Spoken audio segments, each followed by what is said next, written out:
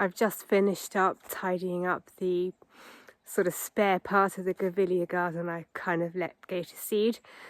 So I thought I'd just quickly show you the final update on that project for this autumn, winter, spring season.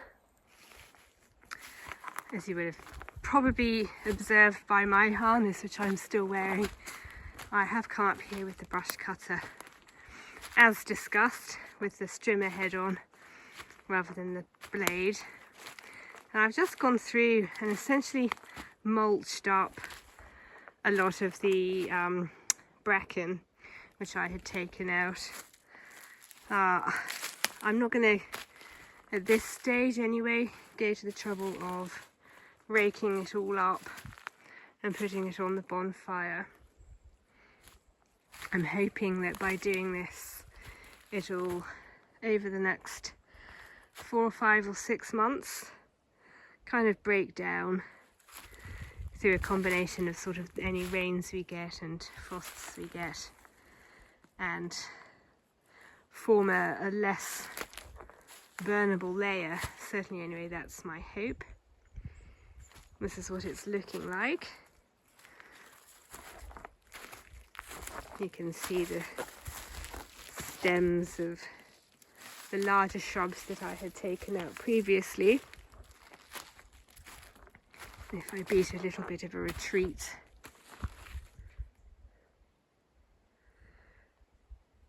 the centre footpath is approximately there. So this is all now much clearer, which is what I want. Again, as I've mentioned previously, because this is part of my bushfire defences, which are ongoing. You can't just do it once. The ongoing maintenance is what makes it optimally beneficial. And essentially, sort of, this section had been pretty much clear for a very long time, but for some reason I just sort of forgot about this bit, and it had gone a bit wild. But now it's much better, and I will be able to just maintain now this whole Grevillea garden section as one. And I usually trim it a couple of times, three times a year, maybe 4, let's say once a quarter, just to keep it all in check, because fire is allowed under the regulations to get to this distance from the house, and I'm allowed to protect this distance from the house. Anyway, I don't know if you'll be able to hear it or not. I don't think I've spoken about this before, but one of the constants of this garden, so it seems, is the hum coming off this evergreen conifer type tree. Can you hear it?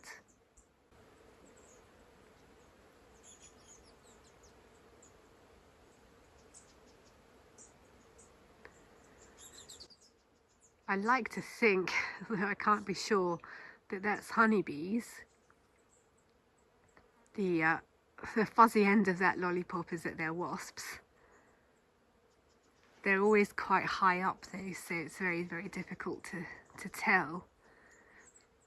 But I think they're honeybees going from the sort of flower to flower that this tree puts on. Not really visible to us, but clearly very attractive to whatever this insect is. As I say, I think it's a bee.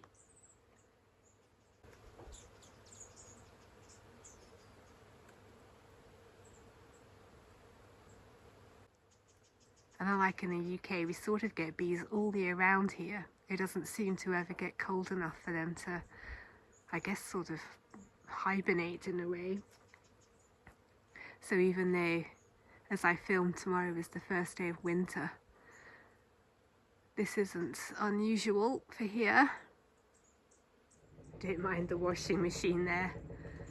Yes, our washing machine does live outside, if you didn't know.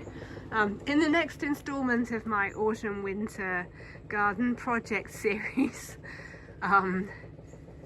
what I'm going to be doing now is giving the grapevines a trim. These aren't ornamental grapevines, they do produce fruit, although the fruit gets eaten by the birds way before we get the chance to eat them. And in some respects, I will point out, they're not the healthiest grapevines you're ever likely to see, but that's okay. They provide a nice bit of screening in the spring, summer, early autumn time. But now they're fully shed their leaves, I can get on and give it a prune. I will take this down, as always, to, if I give you this example, to 2 leaf buds, so prune it quite short. There we go. That pleasingly didn't take very long, and it's such a pleasure being able to do tasks like that with my new-ish by now Japanese secateurs that are absolutely amazing. If you're considering it but are slightly put off by the price, I can assure you it's worth it. So don't hesitate if you get the chance, particularly if you're left-handed like me, actually, because left-handed Japanese secateurs are few and far between.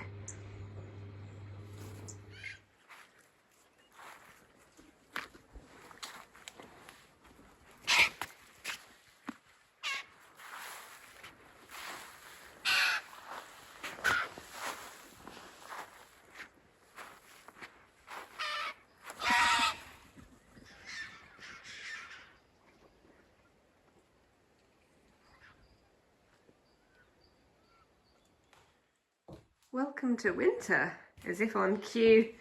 We have there one of our few frosts, and that can also only mean one thing, and that is range cleaning time. Will's not home at the moment. He's stayed at the beach last night after presenting his radio show, but he's on his way home. All that stuff you can see whizzing about is the dust which has come into the room from the range.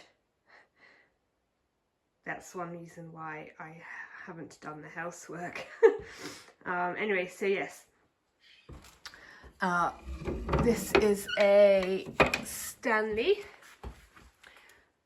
made in Ireland. This is the Errigal model. It comes with all sorts of different, it's like a Swiss Army knife of ranges. This is the version we have, but it's also got one arms you can sort of flaps you can put on the side. We don't have that. It's also got a sort of hood you can put over there to keep things warm. We don't have that, but we do keep things like our saucepans up there, which I've moved over here temporarily. What this work involves is essentially, one element of it is Will go up on the roof and put the chimney sweeping brush down to clear out the chimney.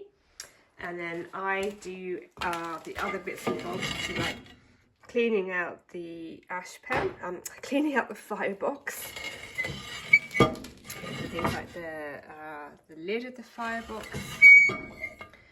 I take these things off, so currently I've got these 2 circles off, but I also take the big one off, give that a clean, give the paddle inside a clean. It's got 2 paddles, one here and one here, which can either be open or shut, and that's how you manage the flow of the fire and the heat, by trapping it in certain parts of the range or letting it go up the chimney, or slowing it down and sending it round the range. But I've given the inside a clean, and I've given down here a clean.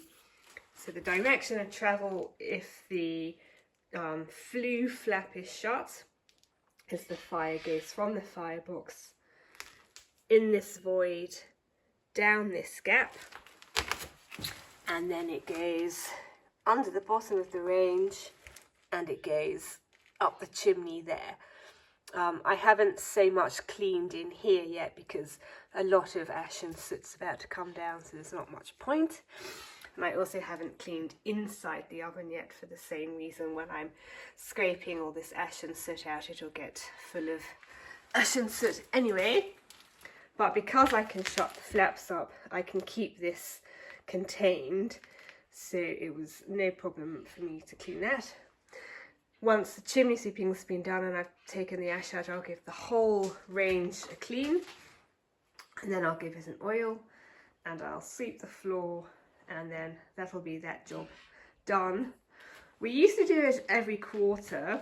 I've got a bit better now about understanding how the range works, and I can manage it so that we don't need to sweep the chimney quite so often, which is good because it's a bit precarious going up on the roof and isn't great for the roof. So probably now we do it twice a year.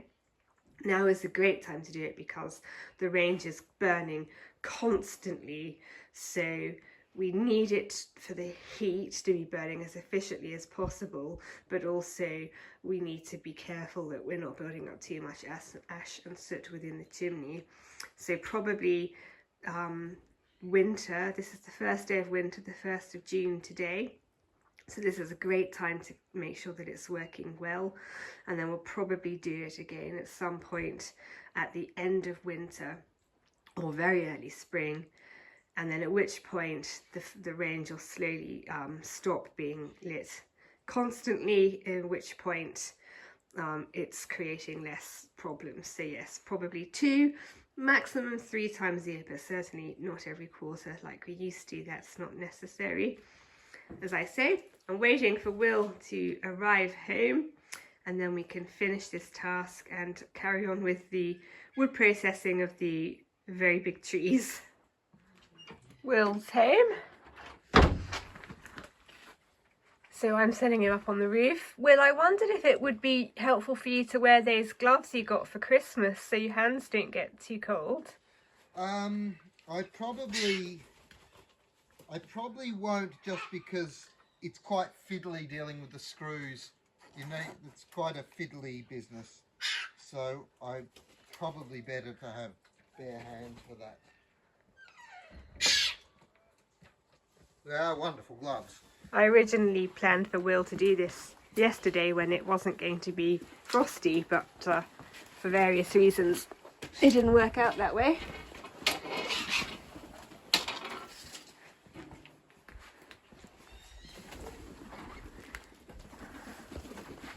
So I'm just going to hand in the brush which I assembled.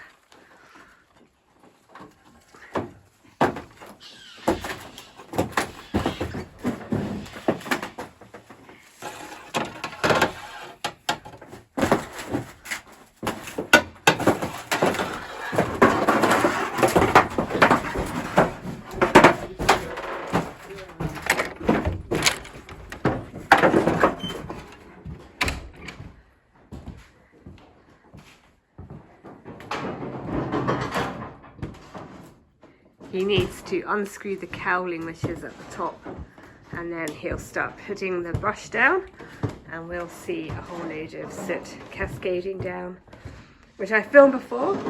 I have taken the stuff out of the oven and given it a clean. That's that done. For the next wee while at least. And one of the benefits, aside from it being now much safer, is that it burns way more efficiently, so it's able to get up to higher temperatures using less air, faster and cleaner.